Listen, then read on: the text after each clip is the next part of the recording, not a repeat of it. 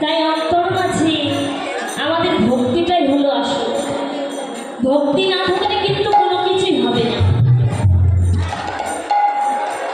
তাই মহাজন আমার কি কলম দিলে, আরে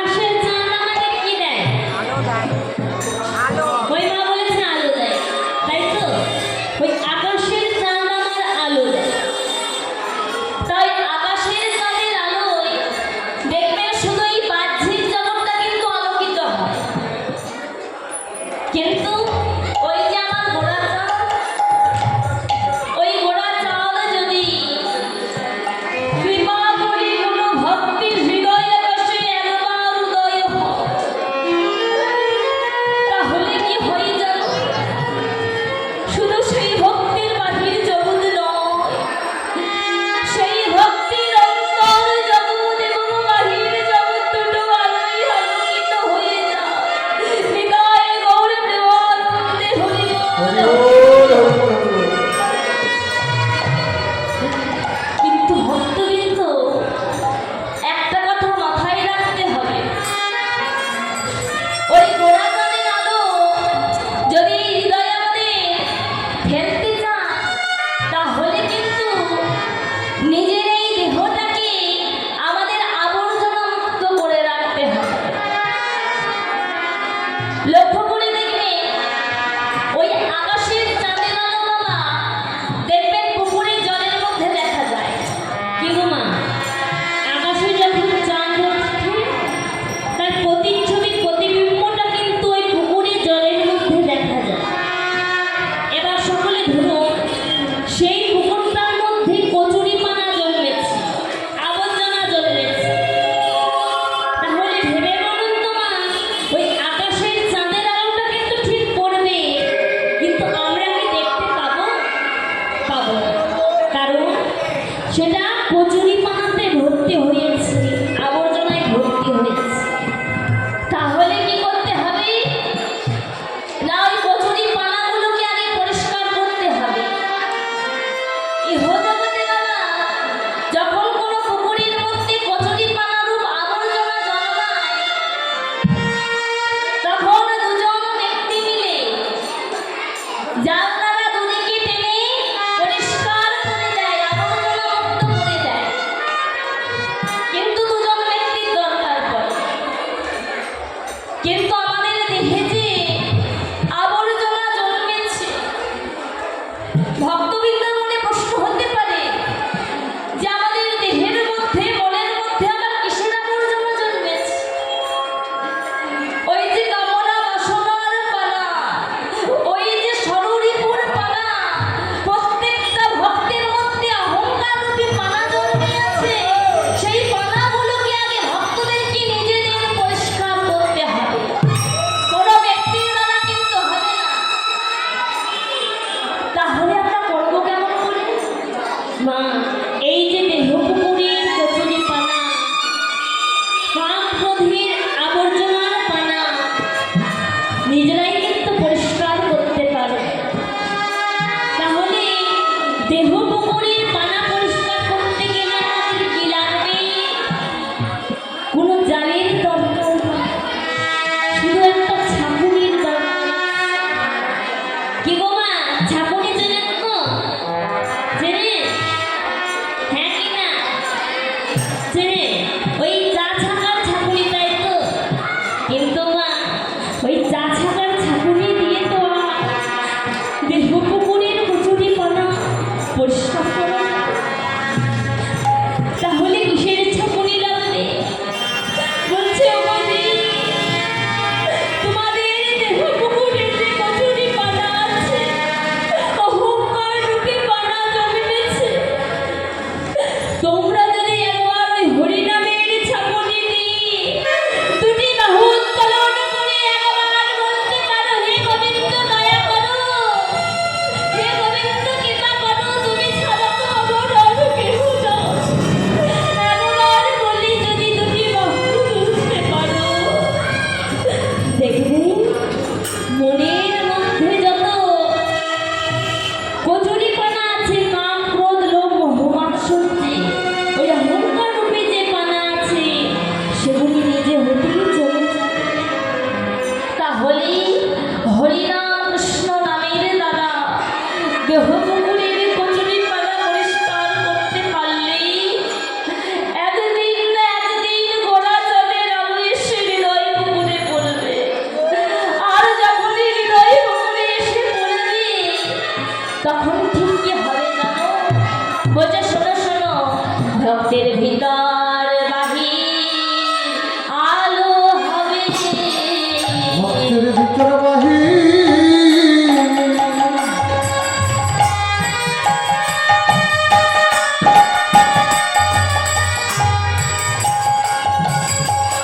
আলো হবে।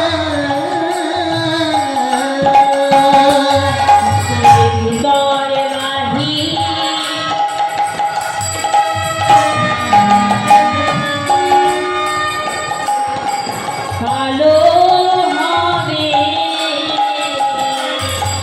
ভক্তের ভিতর বাহির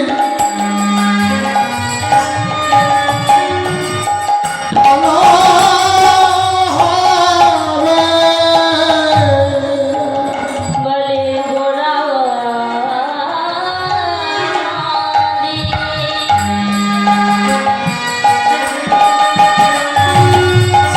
উদয় হলে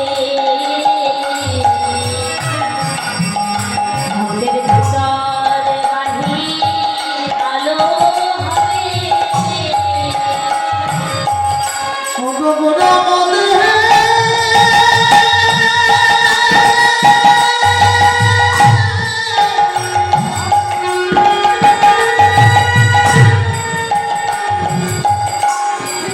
ভক্তের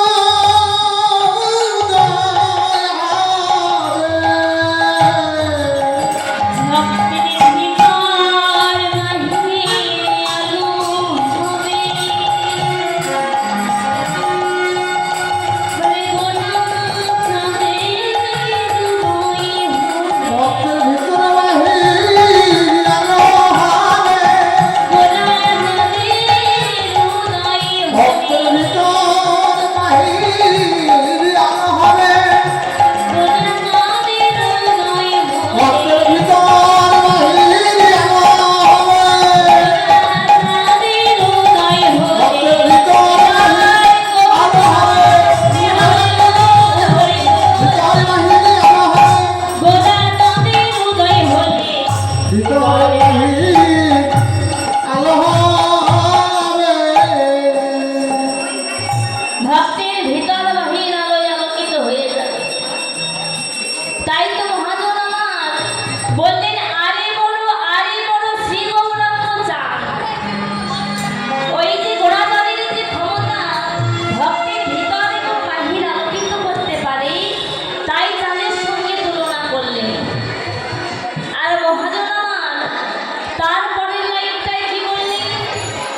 না, প্রথম লাইনে বললেন, আরে বড় শ্রী গৌরাঙ্গ চাঁদ, অখিল জীবের মনোলোচন ভাব। আজ সচিনন্দন গৌর হরিয়ামা তিনি ফাঁদ পেতেছেন। কিসের ফাঁদ? বললেন লোচন ফাঁদ, মানে নয়ন ফাঁদ পেতেছে। ভাবো ভক্তবৃন্দ, তা ফাঁদ কারা পাতে গো? যারা ব্যাধ হয়, যারা পশু পাখি শিকার করে, তারা ব্যাধ পাতে, তাই তো? তারা ফাঁদ পাতে, ওই ব্যাধেরা। আবার কেন পাতে? কারণ ওই যে পশু পাখি ধরবে বলে ফাঁদ পাতে। তাহলে ভক্তের মনে প্রশ্ন উঠতেই পারে, তাহলে গৌর হরিয়ামার আজ হঠাৎ করে কেন নয়ন ফাঁদ পাতলেন? কারণ ওই যে ভক্তের মনোপাখিকে ধরবে বলেই শচীর নন্দন গৌর হরিয়ামার নয়নের ফাঁদ পাতলেন। নিতাই গৌর হরি বল। আচ্ছা ভক্তবৃন্দ, সবাইকে সেই ফাঁদে পড়তে পারে? পারে না। কিন্তু যে জন ভাগ্যবতী বা ভাগ্যবান একবার যদি গোড়ার নয়ন ফাঁদে পড়ে যায়, সে শুধু একজনের মতো নয়, সে যে জন্ম জন্মান্তরের মতো, যুগ যুগান্তরের মতো ওই গৌর নয়ন ফাঁদে ধরা পড়ে।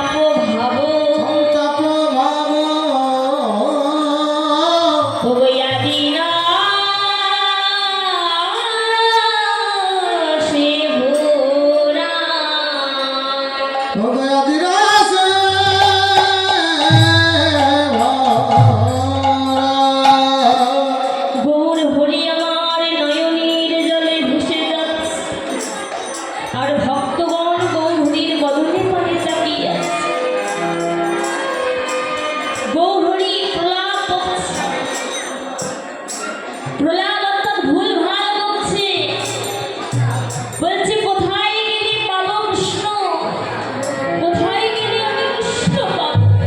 কারণ গৌর হরির আমার পূর্ব লীলা স্মরণ হয়ে পূর্বের ভাবে বলছে কোথায় গেলে আমি কৃষ্ণ পাবো, কোথায় গেলে আমার এই তাপিত প্রাণ শীতল। বলো না, বলো না ভক্ত, একবার তোমরা বলো। আজ সচির নন্দন গৌর হরি আমার, তিনি পূর্বের সেই রাধা ভাবে বিবর হয়ে হা কৃষ্ণ বলে কেঁদে যাচ্ছে। রাধারানী যেমন দাপর যুগে রাধারানী যেমন কৃষ্ণের প্রতি মান করে কৃষ্ণকে বিতাড়িত করে হা কৃষ্ণ বলে কেঁদেছিলেন, আজ গৌর হরির সেই ভাব অন্তর মাঝে জেগেছে। তাই গৌর হরি আমার হা কৃষ্ণ বলে কাঁদছে। তাই পদকবি বললেন দেখো দেখো প্রেম জলে ডুবো ডুবো লোচন তারা। গৌর হরি নয়ন দিয়ে যে অশ্রুর পড়ছে, নয়নের জল ঝরছে, সেটা শুধু জল নয় গো, তার মধ্যে যেন প্রেম ঝরে ঝরে ঝরে ঝরে ঝরে ঝরে পড়ছে। তাছাড়া